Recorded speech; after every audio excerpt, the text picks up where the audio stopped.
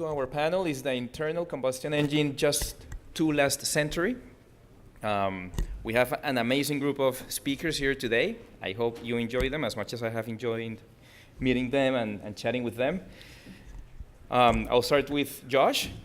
Josh is actually the director of Veloz, and Veloz is one of the, could I call, advocacy groups for EVs? The most important advocacy groups for EVs in the state. I've worked with Josh before in the past, back in the day when his group had a different name, the Plug-in Electric Vehicle Collaborative. So he knows how to get people on EVs. That's going to be his perspective. Angela, she works for BMW. She's heading their government and external affairs efforts here in North America. She comes, you've been with BMW for a while now, so you understand how it is to take a company from point A to point B, especially one that is so aggressive in their electrification plans. So she's going to have also very interesting views around it. Our third panelist is Brian Maragno. He is with Nissan North America, and he is what I call, he's a director under electric vehicle marketing and sales strategy, and he's what I call an OEM strategist.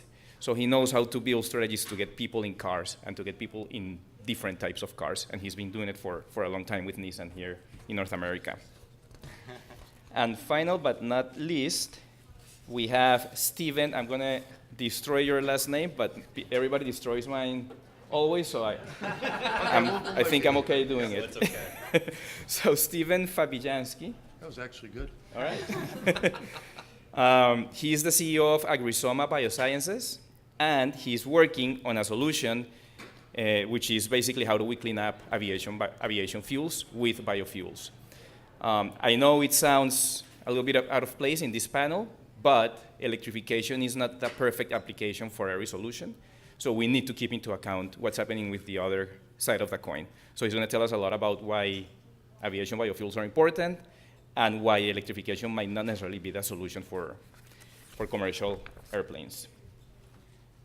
I am Alejandro Zamorano. I'm an analyst with Bloomberg New Energy Finance. I have my boss and my boss's boss sitting here, so please be very nice with me. I'm going to show you 3 slides just to set the tone of the conversation. The first one is prices of I start with a quote that says, "Prices of electric cars will continue to drop until they are within reach of the average family," from the Washington Post in 1915. So we've been working on this for a while. Now, there are 3 basic things that we take into account when we're trying to understand electric vehicles. One, they need to be available. If you want an electric vehicle, you should be able to go to your dealership and have several options to look for. They need to be affordable, making sense pocket-wise, and you should be able to use them. They need to be usable, meaning that the infrastructure for you to fuel them and for servicing them should be there. And Josh can tell you a lot about what they do on those three aspects. But let's look at the first one, which is availability. 2008, just one model.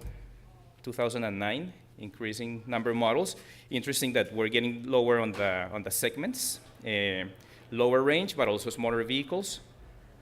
2010, 2011, 2013, 14, 15, 16, 17. You see where I'm going with this, right? We counted 236 announced models by 2020, and these are announcements by OEM. They are not forecasts that we're making based on previous announcements. These are just things that the car companies have said. So good news on availability, then we'll discuss if this is actually good news or if more needs to be done. Then on affordability,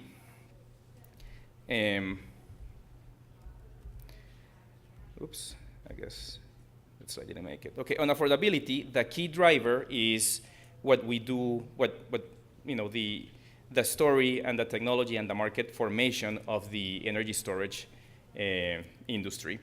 And electric vehicles are a huge driver in demand of energy storage solutions, meaning that whatever happens on batteries has a huge impact on the affordability of electric vehicles.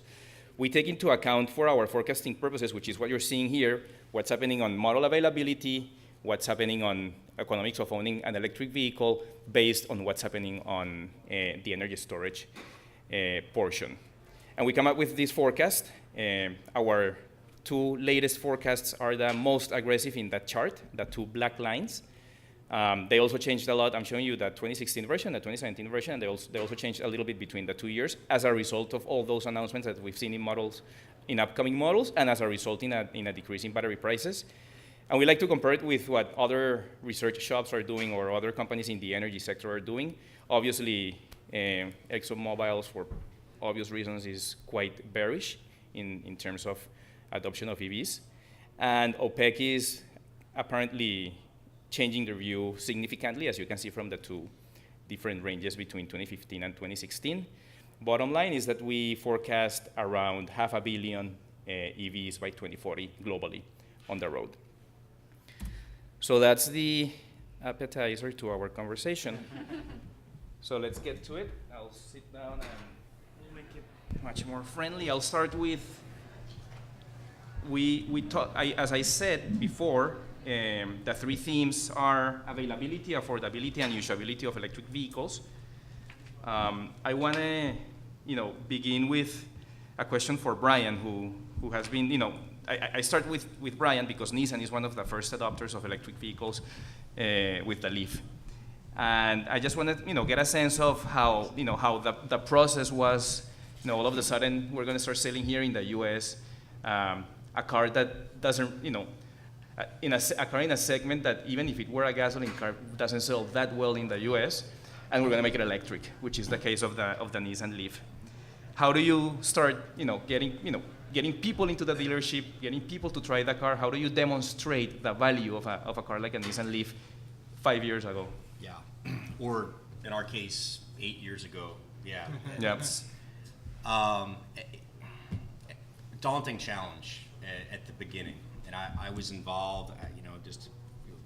Very, very little background on myself. I've been with Nissan for quite some time. I was brought on an initial launch team to get Leaf from the R&D side, from factory and production. And there's that beautiful handoff to sales and marketing, which is where I'm from.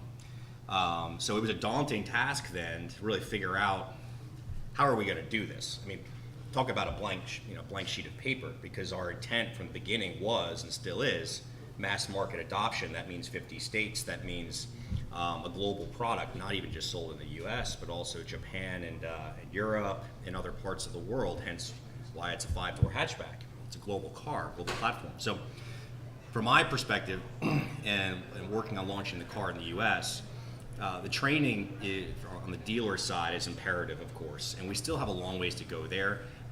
We've made fantastic progress, I would say, in California. Part of that is because of the market here. The rate of adoption here is higher than anywhere else.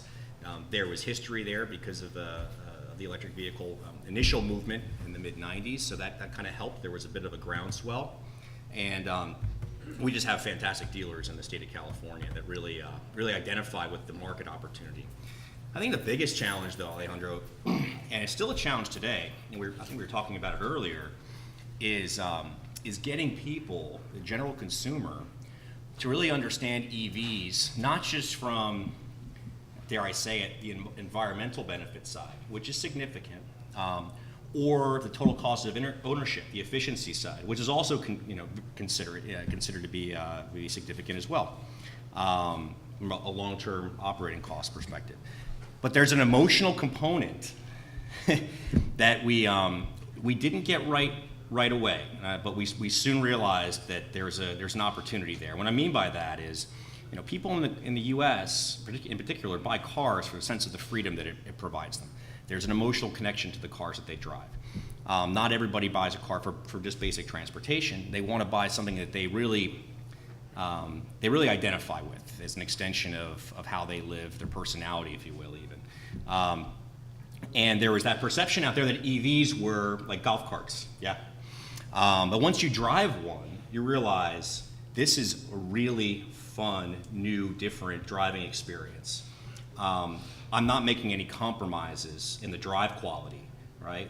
The instant torque and acceleration that comes along with it, the immediate power, the fact that there's no transmission and you have this really smooth linear acceleration curve. And on top of that, the inherent quietness in the product as well.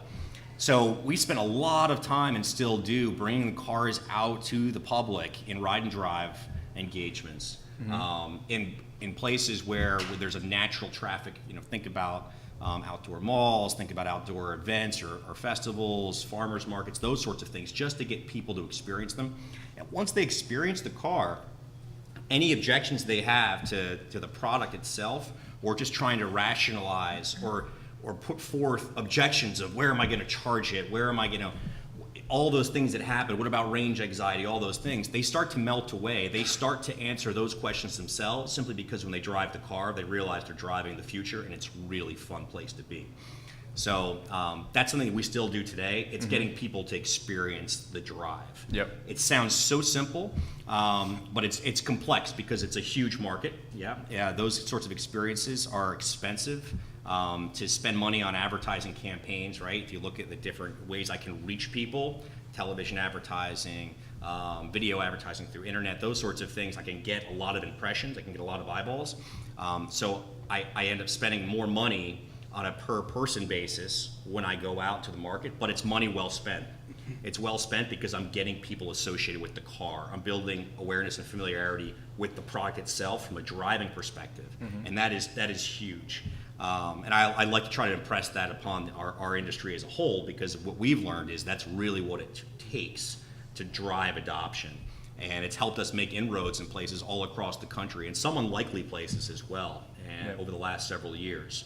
Our sales on the last model year of the outgoing Leaf, which we just launched the new one last week, our sales were up 20%, 7th model year, the end of the life cycle. And we did that not so much by growing in California, we maintained California. We made inroads in other places in the country, and we did a lot of that by these ride and drive opportunities.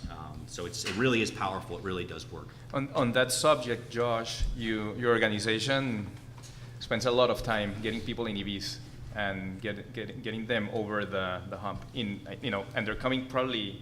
You're outreaching. You're trying to find them. You're putting the EVs in. At a short distance from them. They're not necessarily seeking you, but you're just letting them know they're there. What are your experiences? What has worked? What hasn't? And how do you see your job now with 235 models being announced by 2020? Well, thank you for the opportunity. Yep. Again, my name's Josh. I'm the director of Veloce, and I'm delighted to have the back cover ad of the brochure. And let me just tell you a little bit about what we're planning to do. So we're a new public-private partnership based here in California. Fundamentally, Veloce means fast, and that gets to the core of our mission. We think that we need to, in a very fast way, accelerate the electric car market in the state. And while many of us have been working on the ins and outs of the electric car market, from talking about total cost of ownership to looking at infrastructure grids to looking at incentive formulas, Veloce's mission is to put together what we hope will be California's first large-scale consumer outreach campaign, something like the Got Milk campaign for electric cars. So we think simply that electric cars are just a better way to drive, and that we need to lose the acronyms that are in our industry as we speak to customers and consumers, and really look for ways to inspire them. We think there's a real opportunity to kind of flip the narrative or the script and excite people around the many exciting benefits of driving electric.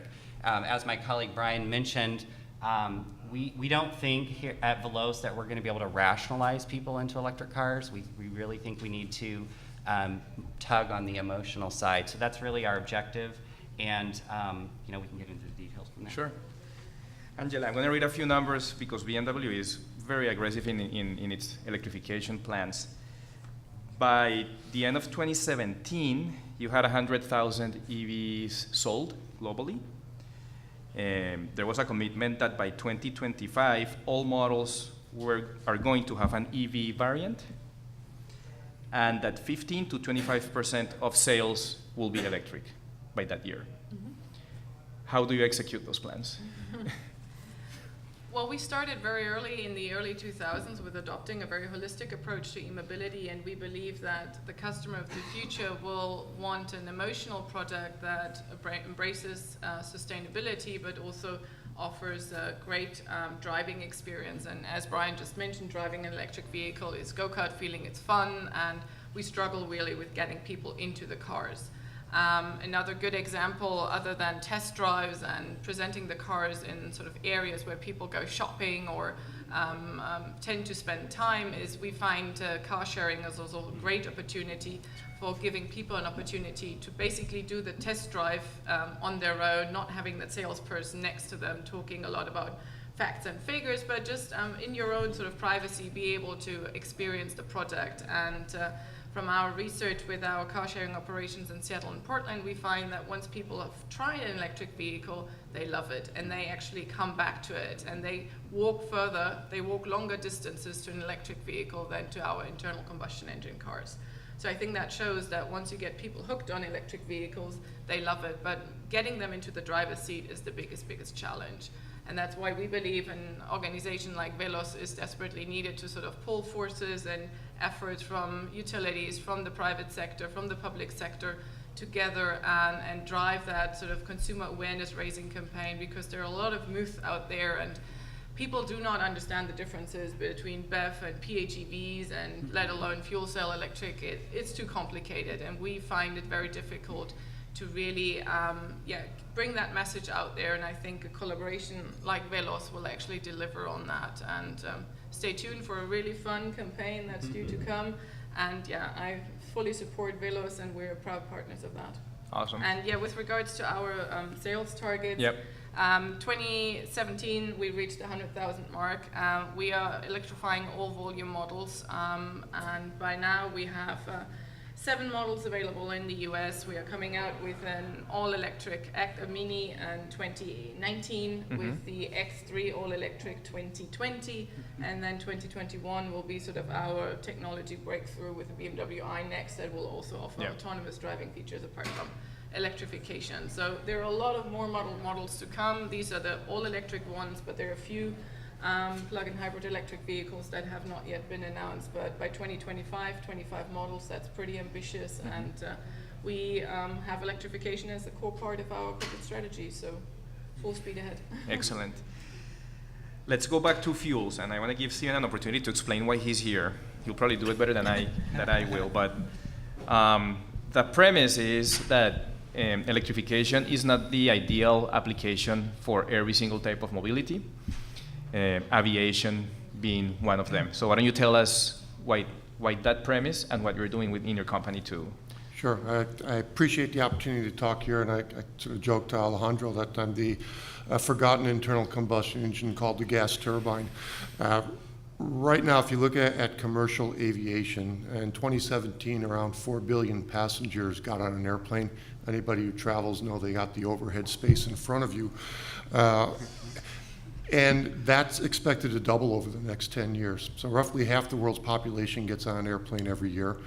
At any point in the skies above the US, there's 5,000 planes flying. Globally, it's about 16,000. And in general, there's about 30,000, 38,000 planes, military, commercial, that are available, that are operational. So you have a very different problem in aviation, is that it's distance, it's fuel efficiency, and it's a massive investment in infrastructure with the gas turbine engine. And Boeing estimates there's going to be another $1.3 trillion spent on new equipment to satisfy this global demand. So the gas turbine engine's here to stay, but the airlines have banded together globally to look at ways of reducing their carbon footprint. The first thing is they've pledged to become carbon neutral by 2021, and then they've pledged to reduce their carbon footprint by 50% relative to 2005 levels by the year 2050. So there's an aggressive campaign to do this, and at the cornerstone of that are sustainable fuels. Our company works on developing sustainable aviation fuels. Yesterday at LAX, we provided a 10% blend of sustainable aviation fuels to Qantas Flight 96. It took off 20 minutes late, of course. It was on a new 787 Dreamliner with 266 people on board. It's about 4 hours out of touchdown from Melbourne. But the combination of the carbon savings associated with the fuel blend plus the increase in fuel efficiency with the 787 Dreamliner means that flight, which is about 13,000 kilometers or 9,000 miles for the Americans in the group, is going to run at about 27% lower carbon footprint than an equivalent flight. So it's the opportunity to include sustainable aviation fuels in the mix is substantial and allows the airlines to grow and meet their commitments to not only cap their carbon growth, but to reduce their carbon growth. Right now, there are 2 airports where you can regularly get sustainable aviation fuel delivery. It's LAX and Oslo. Coming on board will be Geneva and Bergen, Norway. So for us as a company, we have focused on connecting all the pieces together to be able to deliver that sustainable jet fuel to the wing of the aircraft.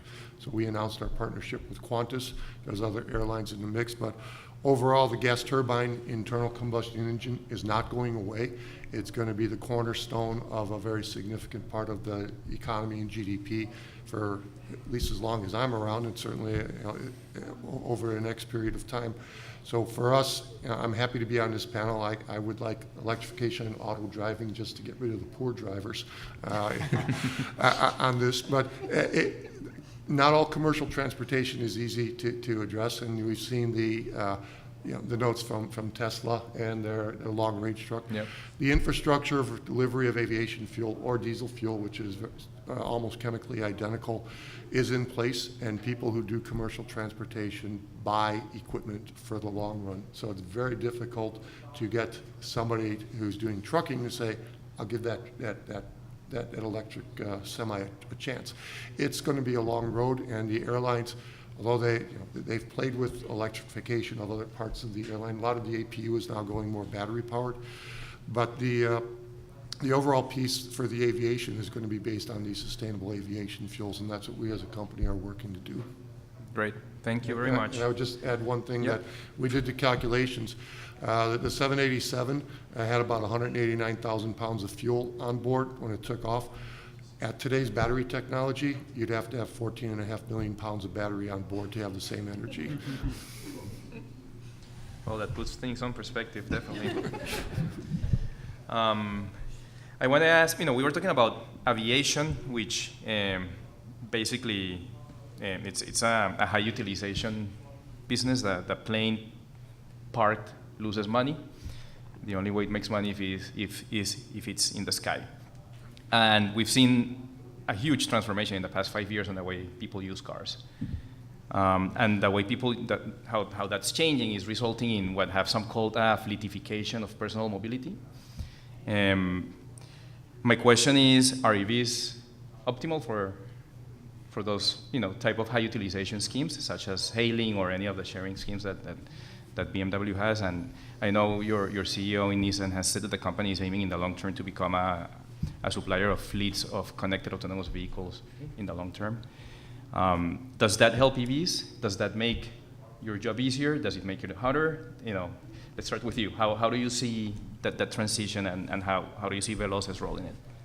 Yeah, well, certainly, as said by my colleagues, we think that giving consumers the opportunity to kind of experience electric cars is really key, and we think that many of the efforts to provide ride and drives have been fantastic, but what we're looking at is ways to really scale that. And so what we're hoping to do is form some sort of partnership with a TNC where we can really start messaging to consumers and giving folks the opportunity to kind of feel the fast off the line quietness of an electric car. So, sorry to interrupt, TNCs are? Transportation network companies, fancy word for Uber, Lyft, and others.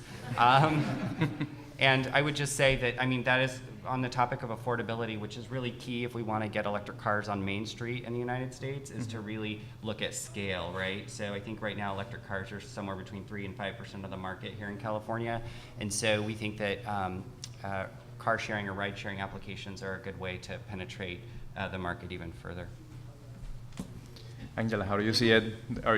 Because one of the premises behind some of the sharing schemes, that at least the first ones were with i3s to get people to try them, right? Mm-hmm. Has it worked? Do you see it as a good mechanism to the We have people in this? about 25% of our car sharing fleets in the US and in Europe are all electric, are BMW i3s, and they run very well. The customers love them.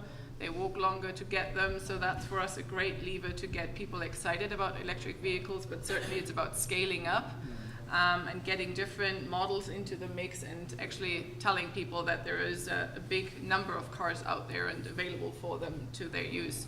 So we believe electrification is great for all kinds of use cases, and we have to utilize all use cases to reach ambitious targets. We believe also, apart from offering all electric mobility, just like the i3, that also plug-in hybrid electric vehicles are a great transition technology for a lot of people that have a one-car household, that may struggle switching completely to all electric because they want to do that camping trip or want to visit their relatives in the neighboring state, and they fear with an electric vehicle they may not be able to do that yet, with maybe not yet sufficient fast charging installations along the route. So plug-in hybrid electric vehicles are a great way of motivating people to make that move, but they again have the security that and the safety net that if worse comes to worse and they do a much longer trip, that they can do that trip. And all their trips around town, around to work or to school, to the office, will be all electric. And then with their next car, they may have the confidence and then actually opting for the all electric car. And yeah, certainly the future is autonomous, connected, shared, electrified, and there's no way around it. So yeah, let's electrify as much as we can, but offer the customer many choices so that they can make the choice that's best for their personal needs. Great. Brian, I would love to hear from you on this. Yeah, you know, very similar sentiment and activity on the Nissan part is what BMW is doing, as Angela mentioned. I think another big piece of this too is, and you mentioned it, Angela, is the infrastructure side is very important in this too. So whether it's ride hailing or individual ownership or partial ownership of alternate powertrain vehicles, another thing that we spend a lot of time, effort, and investment on is the infrastructure side of the equation. And when I say infrastructure, you know, so we've sold about just under 115,000 Nissan Leafs in the U.S., 300,000 globally. Out of that, and from a U.S. perspective, that 115,000, 90% of those people charge at their personal dwelling, their home or their apartment or what have you, using a standard, you know, wall outlet or a level 2 220, 240 outlet. So that leaves about 10% the balance, 10% that are reliant upon public infrastructure, most of that being DC fast charging. So, and that's great. I think that's representative of one of the mindsets of people to understand. Nobody has a gas station at their home. You don't want one. You'd have a hard time selling that home after the environmental cleanup that has to be done by the purchaser, right? So, but from a charging perspective, it's a completely different dynamic. You know, people have dryer outlets at their home. They have access to those sorts of things where you can charge your vehicle there. And so it's a mindset where people are like, wow, okay, where am I going to charge? I'll charge at your house. So that's where the 90% comes from. It's people that have been educated either through outside source or just themselves being curious, and they've adopted it that way, and they don't have to go to the gas station anymore, which is another benefit. You know, for myself, I find that to be a privilege because it's one less errand of a busy week that I have to contend with, going to a gas station and filling up with gasoline, right? So there's that piece of it, but the public infrastructure side is important for mass adoption, for long-term adoption. And a lot of it isn't just the usage, the need to use it, it's also the perception. So if I'm driving through any given metro area, Los Angeles is a good example, you know, we've invested between here and San Francisco, we've invested in DC fast charging with some of our partners to bring about 600 DC fast chargers split evenly between the two metro areas. And the usage on those is growing, and it will continue to grow as more people adopt, as more people don't have access to charging at their dwelling because they live in a high-rise and the complex that they live in, whether it's a condominium or a co-op or just an apartment, hasn't brought in infrastructure for them to use. They're reliant upon that public space and DC fast charging. So also, as battery capacity grows, right, people are going to want to charge faster. They're going to drive more and charge faster, and to do that, you need to bring a higher mix of DC fast charging into the equation. So that creates something, you know, an ecosystem essentially. So the infrastructure is very important from a perception perspective and also from a day-to-day usage perspective. But I think of, you know, I always think of, you know, my parents, because I think, all right, what's going to take, these are the people that eventually we're going to need to get, their mindset. These are the people that are going to get into electric cars, right? And I've spent a lot of time educating them on all of it, so they understand. But to me, that's the goal. You've got to think about people who are in a mindset where they've only purchased gas-powered cars for years and years and years and years. You have to go to that. You have to be very patient. You have to be very willing, because it's a daunting task to get those people over the hump and understand, even to get them familiar and then comfortable, and then purchase. These are huge steps that need to happen. And the public infrastructure, fast charging infrastructure, is a huge step to that, because these are people that are used to and will always think of fueling their vehicle as going somewhere to do it and having access every 5 miles to do it. Do you need it? No, but again, that's the perception, and we need to build to that perception, and that's one of the key elements of all of this, to get that infrastructure to a place where, does it need to be one-to-one with petrol fueling stations? Not necessarily, but it has to be fairly ubiquitous. And it has to be redundant. What I mean by that is you can't just have a DC fast charger, one here, and then 10 miles, one here. How many gas stations do you go to where that's the setup? Not in a metro area, maybe in the countryside somewhere, but it just doesn't exist. You need to have 4 or 5 or 6. Why? Because more people are going to be, or they're not going to, queuing up is going to be an issue, right? But also there's the perception too, where they see the availability, they see it means something, it's representative. The consumer mindset, they see that as, wow, these things are really coming on, I ought to look at one. So that perception and that visualization of the infrastructure helps rationalize the intent to purchase for people. Very interesting. Do you want to add something, or? I'm good. Okay. Yeah, thanks. Okay. So let's move on to the announcement, to the executive order on Friday by Governor Brown, which is a pretty big deal here. The new target is 5 million EVs on the roads by 2030. That's 14 times more than what we have today in California. 250,000 charging points by 2025, out of which 100,000 need to be fast charging. That's roughly 20 times what we have now. And it's just in, for all purposes, 5 years. 2020 is here, pretty much. There's funding, which is good. 200 million per year for clean vehicle rebates, and 112.5 million per year for charging infrastructure. My question is the target too aggressive? Is the money not enough?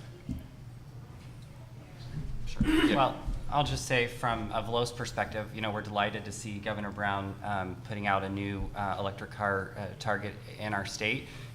It is certainly ambitious, but my understanding is that folks feel like it's achievable. We are all about getting consumers in electric cars and inspiring them to test, talk, drive, kind of join the movement. So we think it's certainly, you know, some tailwind for our efforts. I think the key thing here, and you know, maybe we'll talk about it in a little bit, is the topic of affordability and incentives. And I think that you know, whether it's federal, state incentives, consumers, that's one of their first questions that they ask is, you know, how much do these cars cost, and what sort of incentives are available to me as a consumer? And there's a lot of misconceptions about what's available. The incentive programs, you know, start-stop, they have a start-stop nature, and so anything we can do to provide consistent, steady incentives over a long period of time, I think is helpful. And certainly from the Veloz perspective, that sort of messaging around what's possible in the incentive world is something that we'll be looking at. I think consumers are looking for some sort of turnkey portal where they can access what's available to them and you know, make the appropriate application. So many folks don't know that their local utility is now offering quite a bit of an incentive on top of the federal and state incentives, as well as, you know, local air quality districts are offering incentives, and then there's a whole slew of non-monetary incentives. So those will continue to be important. Okay. Angela, what do you think about the new targets? Yeah, the target is very ambitious, 5 million cars, no doubt about that. What I'm glad to see is that there is funding for infrastructure and incentives, because there's no market worldwide with a higher EV penetration of 1% without incentives. So even though we feel California has already achieved a lot, incentives are key to driving that or accelerating that uptake of electric vehicles. Yeah, 5 million cars, very ambitious. We certainly love to have a big share of that 5 million cars in the state of California. So we'll do the best that we can to provide cars. And there are now, I think, about 42 car models available in the state of California. And there will be more by 2030 from all different car makers, from all different brackets, and sort of available to different segments of society. So very ambitious target, but we should not forget that the communication, the consumer awareness is something that really needs tackling, because 5 million cars, that is a lot of people that need to be convinced that electrification is the technology that will drive their car in the future. And so I think in light of that 5 million announcement, it's even more important to focus on how, as an industry, and the utilities included, how we can all drive that change, because smart charging and the conversion of energy and mobility or transportation sector will be key to delivering that success. Yeah, sure. I just want to add a comment in terms of make and model availability. I think, as Angela said, there's about 40 make and models available in the state. And as Alejandro mentioned, by 2020, certainly that will grow exponentially. It's not just the number of makes and models, it's also the diversity. So from a consumer perspective, we get a lot of questions around, you know, I've got a family of 3 kids. Is there a minivan that's a plug-in? Is there, you know, an SUV that's a plug-in? Is there, you know, a truck? And so what's exciting to see as the market develops is we are starting to see electrified, you know, minivans, electrified trucks, electrified SUVs, and we hope that will just continue to grow. Great. Steven, on your industry, are you getting any support from the government, either at the local state, at the federal state, or via targets to reduce greenhouse gas emissions as we have here in California? I would say the answer is no, because one thing you have to look at, aviation is global. Yeah. So when you look at the region saying, well, you took off, but we're going to attribute that carbon to where you're landing. And the people, and so people, when it lands, will go, that carbon came from over there. So it's much more challenging when you have a global industry. But under the ICAO, there's now a carbon offset and trading scheme called CORSIA. And roughly 80% of air traffic is signed up to this. So there's a commitment to develop an international piece. I find it interesting that the incentives now have been kicked in because of the carbon trading scheme. And what that's going to mean is that the leaders who can demonstrate carbon reduction in their daily operations get to monetize that within the industry. So it's going to be a lot like the RFS has been in the US, but more on a global basis. That's what has been sort of the catalyst to get the industry moving. And then you've got the leaders like Qantas and other airlines like United that are doing these flights. And then you'll have the followers that'll have to catch up on this.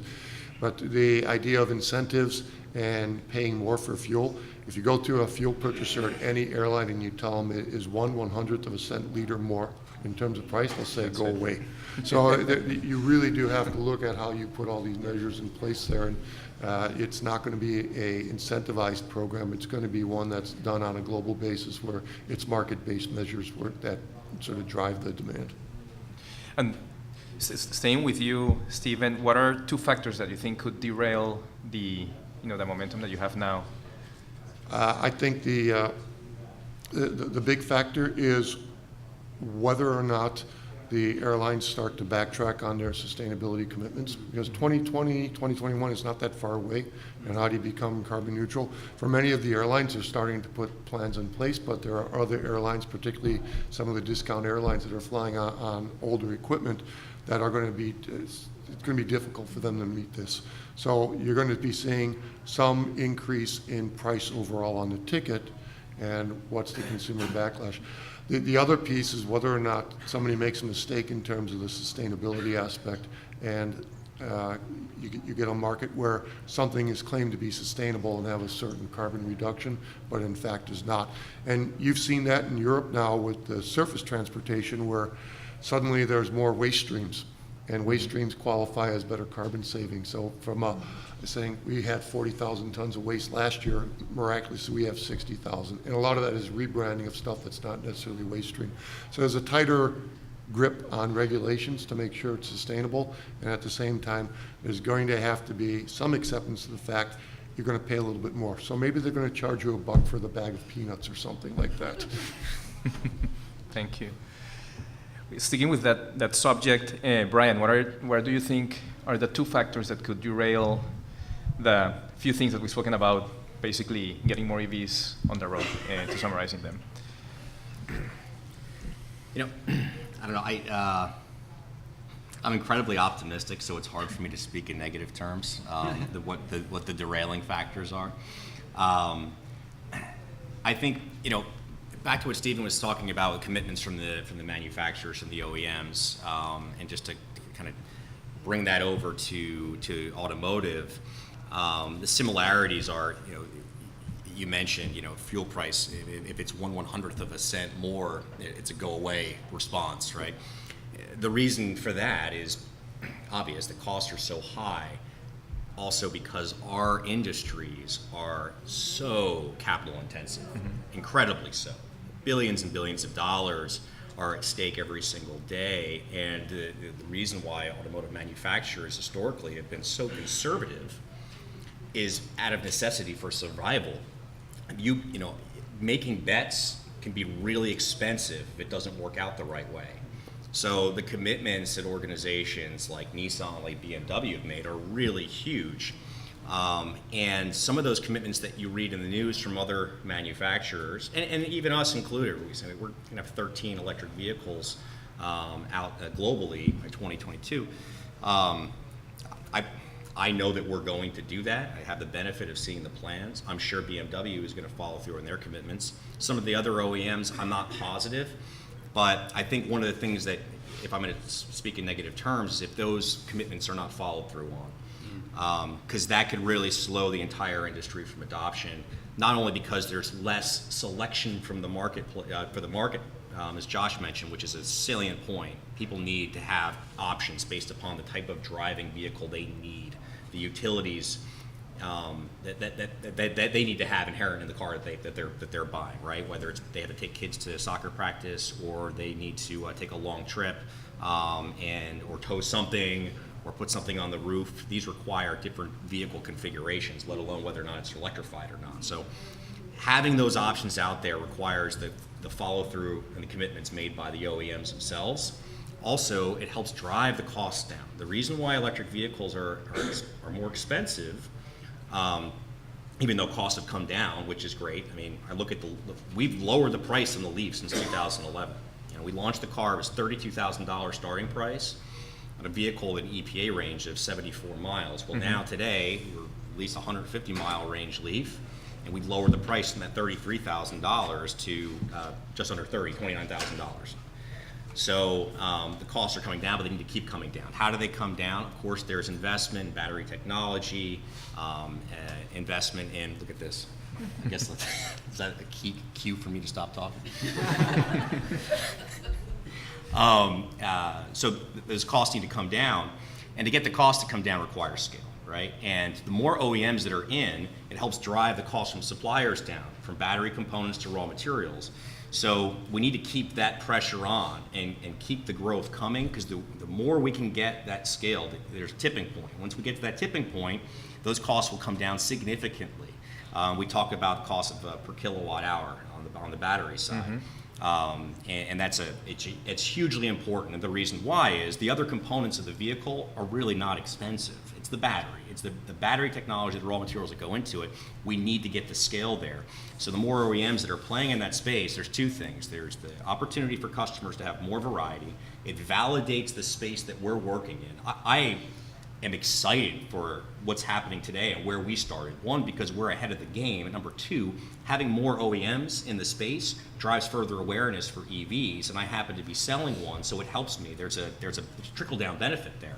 But also, there's also on the further upstream, there's the cost side. So bringing those costs down and in line is hugely important. The incentives are important, but we have a roadmap towards believe it or not, we have a roadmap towards not being so reliant upon the incentives that are out there. Josh put it well, the stop and starts, the incentives in California. And California has done more than any state in the union.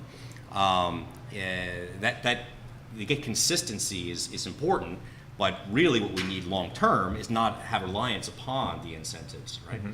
So to do that, we need the scale, we need the investment, we need the entire industry to be all in and follow through on the commitments they made. So that's a bit of not a concern, but it could be a negative if those commitments are not followed through on. If they are, we're all going to benefit from it. We're going to see adoption happen a lot faster than it would otherwise.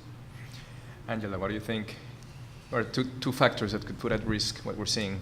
Let me comment maybe on Brian's remarks on incentives, and that's very important. Just to echo that, we've seen from Georgia and the Netherlands what happens to a market when you take away the incentive scheme or change it in a significant way. In the Netherlands, they changed the incentive scheme structure in a way that plug-in hybrid electric vehicles were no longer eligible. And what happened, those cars were not bought anymore, but most importantly, where did those customers go? The idea was of the policymakers that these people would then eventually opt for all electric cars, but actually studies show that these people went back to internal combustion engines. So that was, of course, something that where we feel the longevity of incentive schemes are important to give people that reassurance that they are investing in the right technology. And Georgia was the same. When the incentives were taken away, the market crashed, basically. Incentives is a key thing, especially for California with very ambitious renewable energy targets. I think the collaboration between OEMs and utility is very important. When you do smart charging schemes, you can basically derive another benefit for the EV owner. They can just park their car in the evening, chill their smartphone app. They're leaving at 7 o'clock in the morning, and then it's up to the utility to decide when to basically charge your car, making sure you get the greenest and cheapest energy, and basically it's peak shaving, so the utilities don't have to run additional plants, etc., and then actually you get a little incentive or a little bonus as an EV driver. So that's another nice little goodie, I think, that we need to explore further. And we're doing a project with PG&E in the Bay Area on that, and I think that's the results so far are great and customers love it, so that's something we want to explore further and sort of really developing that ecosystem of mobility and energy services. So basically incentives and maybe utilities not playing their role could have an issue. Make sure that they're part of it, and they are. They are, especially here in California. It's amazing to see how collaborative that approach is, and certainly infrastructure. Yeah. Josh, from your point of view. Sure, yeah, so in the spirit of bringing EVs to Main Street USA and thinking through kind of the customer or consumer lens, I think we need to not forget about consumer desire, and so that gets into affordability, that gets into availability, it gets into all the topics you've posed on this panel. So I think we need to think through our businesses through that lens in an increasing way. What would the consumer want? And then I also think, so that could derail us, so we need to watch that closely if that should change. And then just ensure that the products that are going into the market are really value add products, because I think as we start talking about mass market adoption, as my colleague here on the panel was saying about his parents, they want an opportunity to purchase or lease a product that actually makes their lifestyle better or easier. And so we need to kind of watch what kind of products are going in the market as well. And I know the OEMs have their ears and eyes finely tuned to that. So, great. Thank you very much. Let's give a hand to our panelists, and thank you all for coming.